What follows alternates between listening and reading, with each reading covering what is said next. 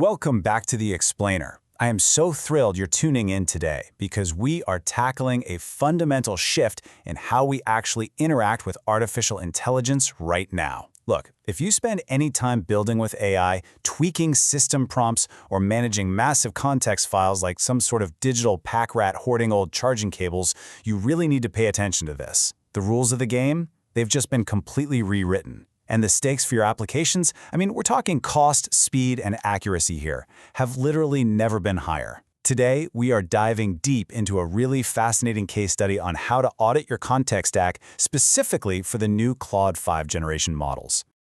Okay, let's just jump right in with a statistic that is honestly kind of staggering. 80%.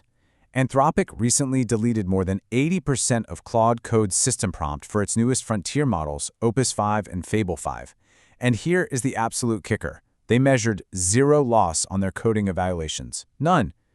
Think about that for a second. All those carefully crafted, exhaustive instructions we've been told are absolutely mandatory, suddenly 80% of them were just dead weight. And honestly, this stat perfectly captures the shockwave that just ripped through the developer community. The developer Thorsten Meyer really hit the nail on the head. He said, "That number did not land for me as a product announcement. It landed as an audit notice." He realized almost instantly that his massive, painstakingly built context stack was suddenly totally obsolete. And that realization right there is the whole foundation of our explainer today. We're going to follow Thorsten's journey of ruthlessly auditing his own systems to adapt to this new reality. So here's our roadmap for this explainer. First up, we'll look at the 80% purge. Second, we'll break down 6 fundamental shifts in AI context. Third, we'll introduce the one essential test you need for your prompts. Fourth, we'll talk about the frontier model caveat. And finally, we'll wrap up with a practical action plan for right-sizing your own stack. All right, let's get into section 1, the 80% purge. The trade literally changed right underneath us. Our old guidance for writing highly restrictive prompts wasn't necessarily wrong, it just expired. To really grasp why this matters, we have to look at the sheer scale of Thorsten's operations. We're talking about 477 WordPress properties, 4 or 5 active code bases, a defense ISR product line, and a super strict editorial pipeline. And every single one of those relied on a cload.md file, a skill file, or written house rules just so he wouldn't have to repeat himself constantly. Maintaining legacy instructions across an operation that massive, that's a heavy burden, especially if 80% of those instructions are suddenly dragging the whole system down. Moving on to Section 2, 6 shifts in AI context. Let's look at what actually changed under the hood. So Tarek Shihipar from Anthropic recently laid out these new mental models for prompting, and it's a massive shift from a prohibitive approach to a purely descriptive one. First major shift, rules became judgment. Early models really needed hard prohibitions, things like absolutely no comments or no multi-line docstrings, because, frankly, the model's worst-case behavior was terrible. But newer models like Claude 5, they natively read the surrounding code. They seamlessly match its density and its idiom.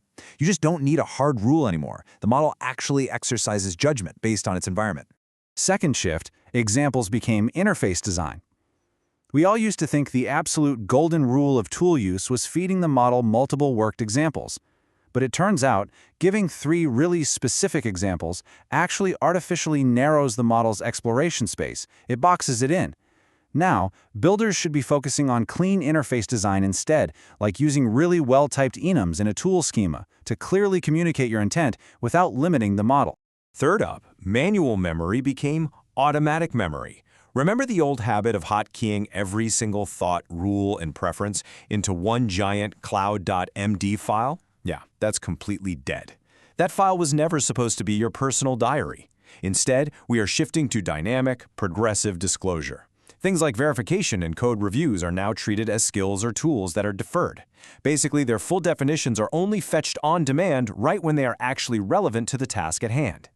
Which brings us to Section 3, the one essential test, how to actually adjudicate your instructions. Okay, if you take one thing away from this explainer, make it this question right here. Would a strong model behave worse without this line? Take a second to just let that sink in. It is incredibly powerful. If your answer is no, then that line isn't a necessary rule at all. It's just outdated scaffolding holding up something the model can already do perfectly well on its own. And look, there is an invisible, recurring cost to ignoring this test. If you hold on to that outdated scaffolding, you aren't just wasting tokens. Anthropic actually found that long prompts often contain instructions that are actively fighting each other. Like, you might tell a model to leave documentation where appropriate, just a few paragraphs away from an all-caps ban on comments. The model literally has to stop and resolve that contradiction before it can do any actual work for you. You're forcing the AI to waste precious reasoning cycles adjudicating your messy rules on every single request forever. So Thorsten used that one essential test to do a deeply honest audit of his massive stack, and he ended up sorting his rules into 4 distinct buckets. He found rules he needed to keep, which were non-derivable. He found old scaffolding that he needed to completely delete. He found situational rules he just needed to move out of the main prompt. And finally, visual specifications that needed to be converted into direct references. Let's actually break down exactly what fell into these buckets. The rules that actually survived this purge were what Thorsten calls non-derivable. Basically, these encode knowledge the model absolutely cannot see just from reading your repository or your file system. For example, there's this quirky bug where the Python imaging library, Pile, doesn't decode HTML entities properly. Or really strict German GDPR legal rules known as DSGVO about hosting fonts locally, or hard client confidentiality limits. These are invisible, real-world constraints. Those, you absolutely have to keep.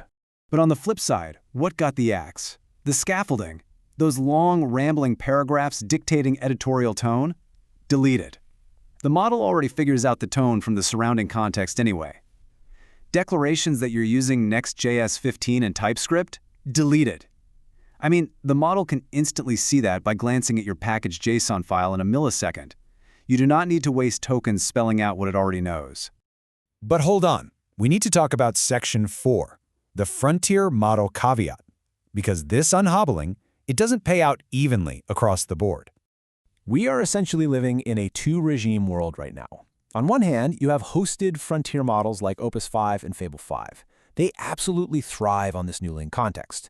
But on the other hand, a lot of developers, including Thorsten, target 70 to 90% local inference using something like a 32 billion parameter open-weight model.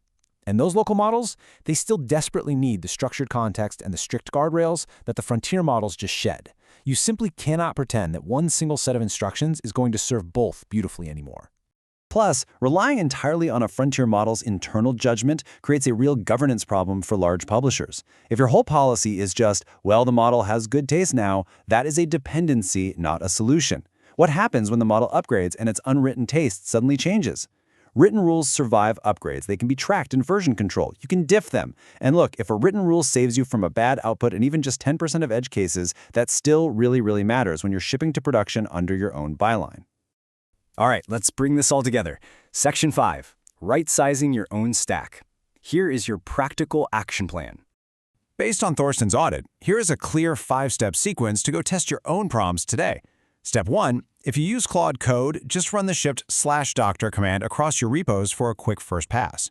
Step 2, search your context files for words like never, always, do not, and literally any all-caps prohibitions, and run that essential test on every single one.